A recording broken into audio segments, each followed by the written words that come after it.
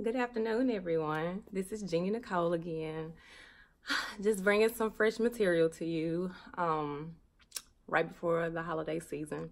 So recently, I was kind of scrolling on Facebook, and as you all know, I've been recovering, so I have a lot more time to do these things, such as catching up with people on Instagram, Facebook, and blogging and reading and things like that. So I noticed that a lot of people seem to be in a season where they are really unhappy with their employment.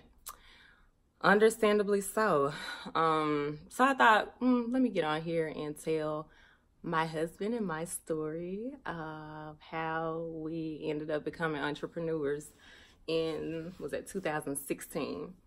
And to just give some tips on what helped us and share some things that I wish somebody had told us before embarking on this, which is nothing major that would have changed our minds, but it would have equipped us a little more. So yeah, that's what we're gonna do. Don't forget to like and subscribe to my channel if you want to keep getting these updates. So let me jump right into this. So like I said, we became entrepreneurs in 2016 after getting married in 2015. At the time, I was a struggling hairstylist. I had been working two jobs, a part-time hairstylist and then a part-time sales associate at a retail store, Macy's. So I was doing makeup part-time in Macy's and still barely making it, guys.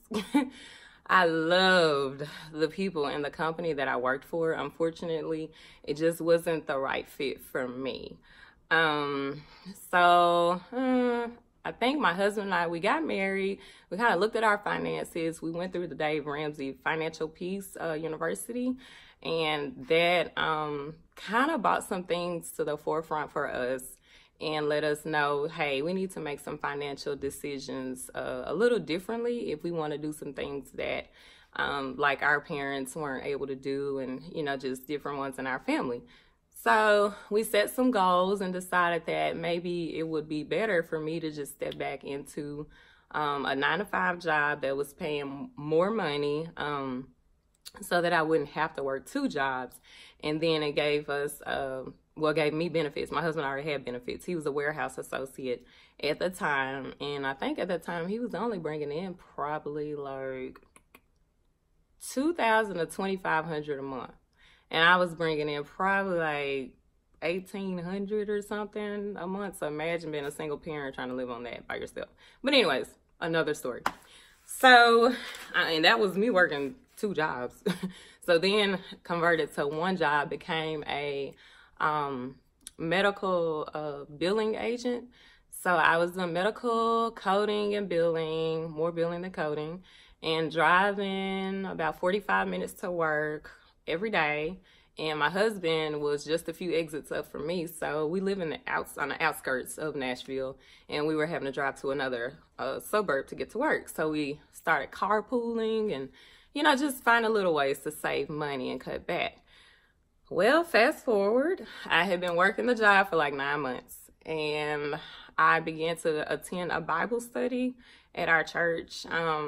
And this particular one was called, it's up here on my bookshelf, Gideon.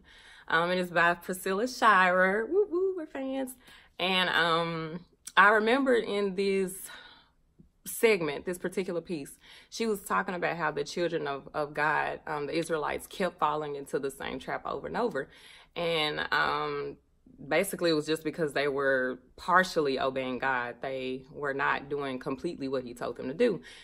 And she asked and posed a question and said to, all the ladies there, she's like, well, what do you feel like God has told you to do that you haven't really done? And immediately my heart dropped, y'all. Like, my heart sank to the bottom of my stomach.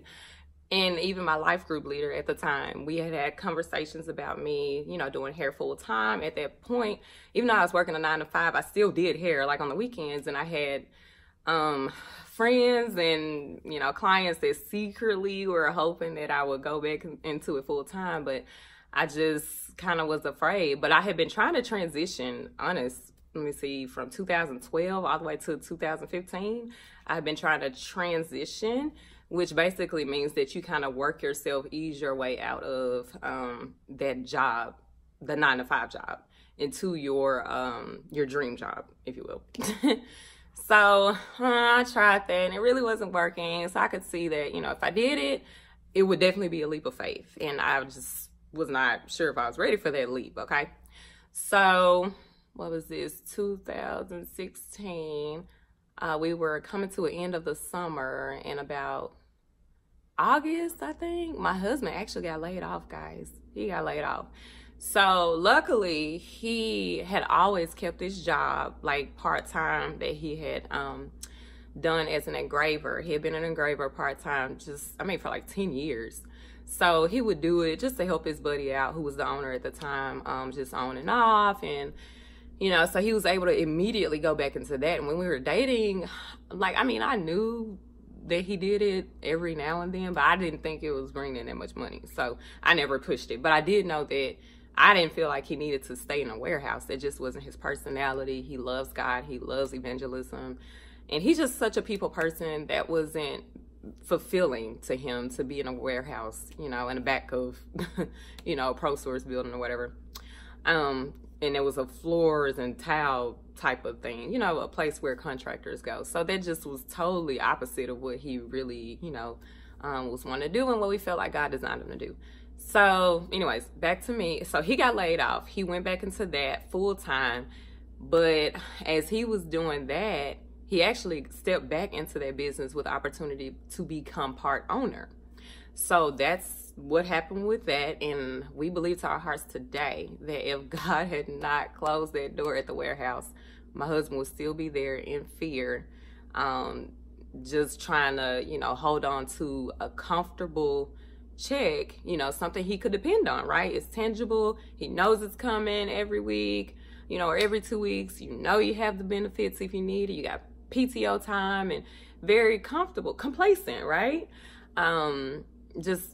He's always been a calculator, so afraid to, you know, dream and step out there. So we believe that God closed that door so that another one could open it, and it was a much better one. His income had more than doubled, I'll tell you, since stepping out on his own, and God is so faithful. So with my situation, I had, right before he got laid off, I talked to him and I was like, honey, things were getting terrible, like really hard at work. And I was, you know, leaning into my mentor, and she was like, Jeannie, I really think you need to go into, you know, doing hair full time though. And I was like, ooh, well, I did miss that. And I'm such an artsy person. I don't like to work. So I knew I had to do something that I love to do so that it didn't feel like I was working. You know what I mean? And that's usually like a creative type thing for artsy people, I guess you could say. But a lot of us struggle in a corporate setting because there are so many limits on us. So I definitely was feeling the pressure of being, you know, restricted and confined and just kind of getting in a routine. I don't really like that type of thing. You know, I like a little adventure, if you will. So I went on a few interviews and I just didn't feel right, you know, going into someone else's establishment to help grow their vision in their business. I had done that before and it didn't work. You know, I was with a company for almost 3 years and they were amazing. Like, I learned great things from them, but unfortunately, they weren't really open to, how do I say this, servicing the kinky hair texture. They weren't able to provide the things that I needed to grow that type of clientele, Black people hair. So, but the white people weren't really sending me nobody. No offense, y'all, but I just gotta say it the way it is. I mean, I was growing a clientele, but it just wasn't enough, you know what I mean, like to make a living off of. So we decided, my husband came to see me one day at work. I was bawling out in tears because I was so unhappy on my job. Like, I didn't know what to do. I didn't even know I was that emotional about it. He came to see me, we talking about something else, and just ironically, right before he came, though, I had started doing some research on different salon suites and how I could get my own thing up and going. And I had, like, calculated how many people I was already seeing. I was writing down, you know, how many more people I need to see and where my price points need to be so that I can, you know, pretty much transition over without skipping a beat, if that makes sense. So, I reached out to a few clients that I was still servicing on the weekends, and I was like, hey, I'm thinking about doing this and thinking about opening at this time. I think I said, yeah, I did. I said by November 1st, because in my mind, I was like, ooh, that's holiday season, right? Everybody looking to get their hair done during the holidays. So that's usually a great time to kind of snag new clients and keep them. You know, just introduce yourself to them, service them, and then, you know, start making them your regulars. And that's just what happened. So I had decided that November 1st would be great, since it was right before Thanksgiving. And my husband came to see me, and, you know, I started talking about my job, and I just started bawling. Like, I was like, I'm just not happy. I don't know. I think I'm not supposed to do this. I'm supposed to be working by myself. And, you know, I was just miserable. And he was like, okay, honey. He's like, let's do this. Okay. Like, he's like, enough is enough. Let's make it happen. He's like, I think we should start November 1st. Y'all, my stomach dropped, because I hadn't told him the date or anything that I was already thinking about, and I had talked to my clients about. So, long story short, went into business, you know, from there, and y'all, we have not skipped a beat. I mean, we're both entrepreneurs. Being an entrepreneur has opened up other doors for us to connect with other people that, you know, wanted to invest in our businesses and, you know, all types of things. And now my husband is an owner of the company that he was working for 10 years ago. And then I own my own salon suite. So we didn't leave, we didn't leave our 9-to-5s and ball out. You know what I mean? Like, that first year, realistically, we were able to replace the income that we were getting. And then that second year, we started seeing more of the increase. So it definitely came with more responsibility. I can't lie, but we look at each other every day, and we are so thankful that we don't have to punch in and out. We don't have to answer to nobody. And now I am able to homeschool our daughter. So that's even more flexibility that's been added on to our family. So I cannot tell you what it is like to be able to wake up and say, hey, babe, what is your schedule like in a few months? Let's go and take a trip here. Or I'm tired. Can we do something? You know what I mean? Like, I don't have to check in with her school to say, oh, let's make sure we're not missing too many days. We don't want you to get expelled. We're not gonna do that. No. Now, at the same time, we got to pay them taxes. We got to pay them taxes. You got to pay them quarterly if you don't want to get behind. So do your research. You know what I mean? Like, if you are one of those people that you know, God is dealing with you about stepping out and on faith, and he's already placed gifts in your heart, please know that whatever he's placed in you, whatever visions and dreams and goals that you're seeing before you, God has already placed the gifts in you to make it come to pass. So, and don't wait for the perfect time either. If you wait for the perfect time, you'll never do it, because you'll be paralyzed in fear and always calculating and trying to see, oh, when should I do it? Man, just do it. You know what I mean? Like, step on out there, make a plan. And I mean, your plan may be different from our plan. Some people may be able to transition out, you know, especially if you've already stacked up, you know, your money and you got 3 to 6 months of living expenses in the bank. That's great.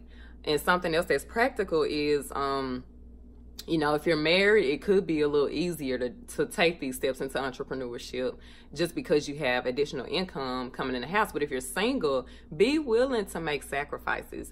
That may mean you have to move back in with mom and daddy, you know what I mean, for 6 months to a year, or whatever your time frame is. It may mean not going out to eat at McDonald's and Chick-fil-A every day. You know what I mean? So you can get your savings up and keep that goal, that end goal in front of you. Entrepreneurship is very rewarding, but it is also very hard. It's a lot of hard work. You know, you have to be dedicated to it. You have to create a balance. You know, if you're married, you want to, you know, still be able to go on dates without talking business all the time. That's something me and my husband have had to work on, you know, consistently, because it's so easy to do. We're so business oriented. So yeah, and then if you're working in a workplace and you've gone from employer to employer but still in the same industry, and you're still not finding what you're looking for, maybe it's not out there because you haven't created it yet. So don't be afraid to step out there and trust God and trust the gifts that he's placed in you to service the world with. You know what I mean? So trying to make sure I haven't missed anything. So yeah, just think about what's more important to you, your family, your future. I mean, I can definitely say we have a lot more control over our income as far as the increases and incentives. We give ourselves pay raises. No, you don't have PTO time or vacation time that's paid. I mean, if you don't work, you don't eat. And that's the other con, you know, to being an entrepreneur. But it is so worth it. You just have to be a good manager of your money. And you have to be okay with not being rich, but being able to pay bills at first. You know what I mean? So if you are constantly progressing, that's a good sign to just keep going. And be realistic about it. Now, don't be the struggling artist for 5-6 years and, you know, you're not seeing any benefits. I wouldn't tell anybody to stick with that. But just, you know, be smart about it, be prayerful about it. Pray that God gives you wisdom on how to do this. But most of all, do not be paralyzed by fear. It's the worst enemy for somebody who is going into this type of business. It's not for the weak, and it's not for the fearful. Please, you know, listen to God, get in his word, be positive, stay positive, surround yourself around with people that are also positive. And don't tell everybody your dreams and goals. A lot of people kill their dreams and goals by prematurely sharing them with people who don't even believe in them. So be careful of that. But anyways, I'm not going to waste any more time. That's our story. If you have any comments or questions, be sure to put them below and I'll get to you and answer them when I can. Don't forget to like and subscribe and you'll get to meet my husband sooner than later. I'm going to get him on there. I'm going to get him on a video one day. Probably not today, but one day. So thanks guys. Have a good day. Bye.